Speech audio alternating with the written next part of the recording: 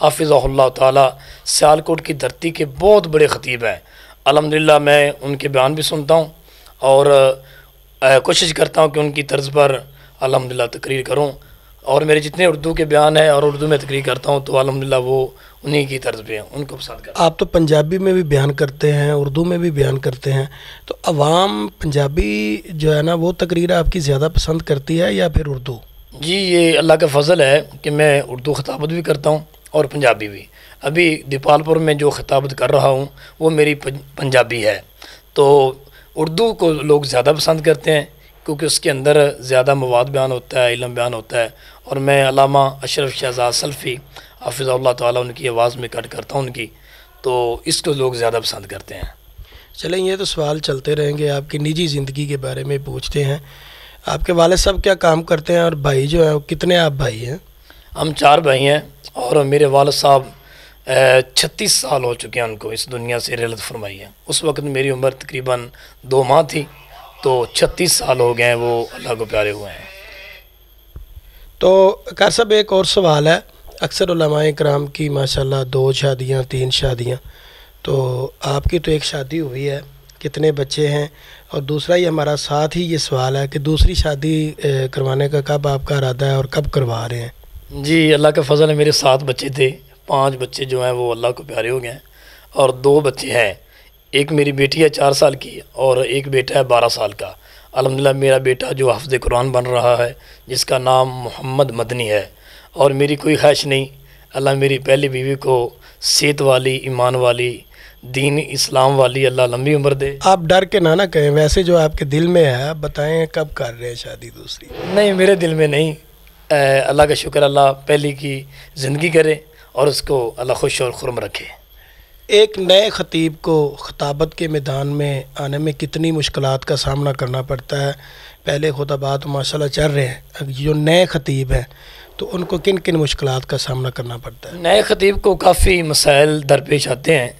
ایک تو وہ کہ وہ اپنی تیاری اچھی کرے، اس کے اندر علم ہونا چاہیے، اور دوسرا یہ کہ بہت زیادہ مسائل ہیں. میں نے جو دیکھا اس میدان میں بڑی محنت کی ضرورت ہوتی ہے، اور آپ کہیں کہ آپ تھوڑے ہی عرصے میں ایک بہت بڑے خطیب بن جائیں تو ایسے نہیں ہوتا. تو الحمدللہ محنت کرتا ہوں، کوشش کرتے ہیں کہ زیادہ سے زیادہ اپنی تقریر کو اچھا بنایا جائے، اس میں ترتیب کو ملحوظ کھاتا رکھتا ہوں، اور الحمدللہ مطالعہ بھی جاری ہے، اور جتنا بیان ہوتے ہیں ان میں کوشش کرتا ہوں کہ زیادہ تر میں جو تقریریں میری نیٹ کی دنیا میں چل رہی ہیں، فیس بک ہے، یوٹیوب ہے، تو وہ الحمدللہ ان کے اندر اکثر ہی آپ دیکھیں گے تو میں صحیح بخاری کا حوالہ دیتا ہوں. الحمدللہ الحمدللہ حوالہ جو ہے دلیل کے ساتھ تقریر کرتا ہوں، اور میری کوشش ہوتی ہے کہ میں جامع صحیح مسلم، جامع صحیح بخاری کا حوالہ دوں.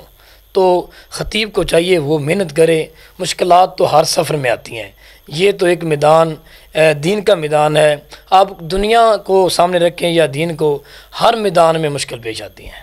نئے خطباء جو اس میدان میں اتر رہے ہیں انہیں کو آپ خاص پیغام دینا چاہیں؟ جی میرا پیغام یہ ہے سب کے لیے، جو نئے ہیں ان کے لیے، جو پرانے ہیں وہ تمہارے اساتذہ کرام ہیں، ہم ان کو اپنا استاد ہی سمجھتے ہیں اور ہیں بھی.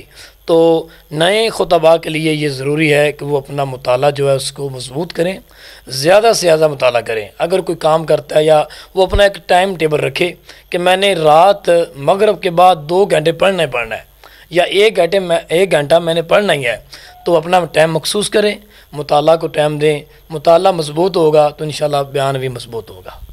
عوام شاعر و شاعری زیادہ پسند کرتی ہے یا پھر اردو؟ آپ جب تقریر کرتے ہیں تو اردو میں تو ظاہری بات ہے کہ کم ہی اشعار ہوتے ہیں، تو پنجابی میں لوگ جو ہے نا وہ زیادہ اشعار سننا پسند کرتے ہیں، تو آپ مختصر کوئی آپ کی جو پنجابی نعتیں ہیں یا نظمیں ہیں ان میں سے ایک ہمارے ناظرین کو آپ لازمی سنائیں. جی میں دیکھا کہ اردو میں لوگ علم زیادہ پسند کرتے ہیں اور علم ہی بیان ہوتا ہے، پنجابی کے اندر شعر و شاعری ہوتی ہے، تو یہ ایک بہت اچھی بات ہے، لوگ اس کو زیادہ پسند کرتے ہیں. تو ایک نعت میں بھی سنا دیتا ہوں آپ کو. نوری مکڑا تے زلفاں نکالیاں، رب بیج دے درود دیاں ڈالیاں ڈالیاں ڈالیاں، رب بیج دے درود دیاں ڈالیاں.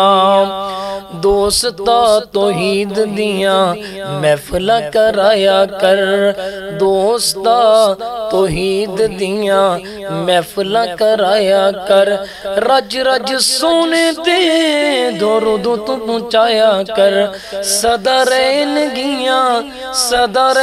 گیاں تیرے گھر خوشحالیاں، رب بھیج دے درود دیاں ڈالیاں، رب بھیج دے درود دیاں ڈالیاں۔